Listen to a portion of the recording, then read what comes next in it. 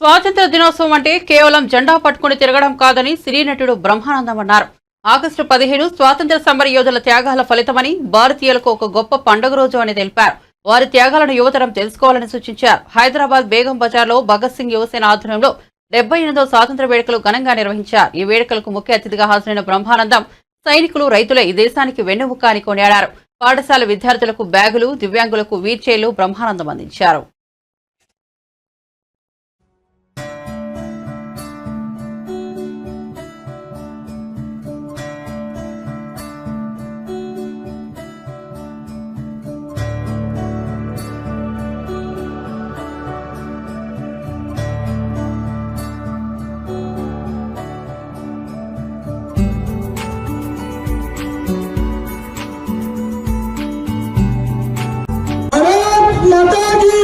ఏదో జెండా పట్టుకుని మనందరం చాలా బాగుతున్నాం, వందే మాతరం అని మనం పాట పాడుకుంటే సహజమైనటువంటి విషయమే అయినా, కానీ ఇప్పుడు మనం గుర్తుంచుకోవాల్సినటువంటి విషయం, మనం స్పృహలో తెచ్చుకోవాల్సినటువంటి విషయం ఏంటంటే, మన కోసం మనందరం ఇక్కడ ఉన్నాం, మన కోసం, మన దేశం కోసం ఎక్కడో బోర్డర్స్ లో ఉండి చలికి, ఎండకి, వానకి తడుచుకుని భార్యా పిల్లల్ని వదిలేసి ఎక్కడెక్కడో ఉన్నటువంటి వాళ్ళందరూ వాళ్ళ జీవితాలను త్యాగం చేసి మన దేశాన్ని రక్షించడం కోసం ప్రయత్నం చేసి మనల్ని హాయిగా ఇవాళ ఇక్కడ ఇంత ఉత్సాహంగా మనం ఉండటానికి కారకులైనటువంటి జై జవాన్, జై జవాన్, జై జవాన్.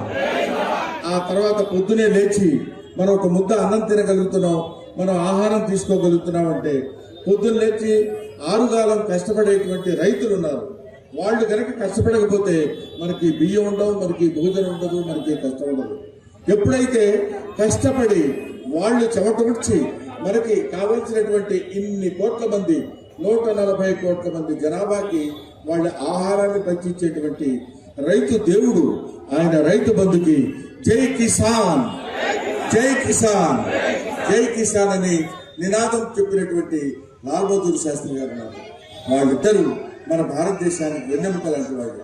వీళ్ళు బ్రిటిష్ వాళ్ళు మనం పరిపాలించేటప్పుడు ఇక్కడ అద్భుతమైనటువంటి సేవ చేసి ఎంతో కష్టాలు పడి ఎన్నోసార్లు జైలుకి వెళ్ళి బ్రిటిష్ వాళ్ళ చేత దెబ్బలు తిని ఎన్నో ఇబ్బందులు కోర్చుకుని ఆడ మగ అనేటువంటి తేడా లేకుండా ఎంతో మంది ఎన్నో రకాలుగా ఈ దేశానికి స్వాతంత్రం రావడం కోసం ఎంతో కష్టపడ్డారు.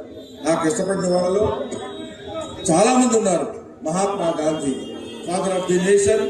ఆ తర్వాత ఉన్నటువంటి వాళ్ళలో, అందుకే మీ అందరికీ తెలుసో లేదో, గురజాడ అప్పారావు అని ఒక కవి, ఒక ఆయన ఏం చెప్తాడంటే, దేశమంటే మట్టి కాదు, దేశమంటే మనుషులు.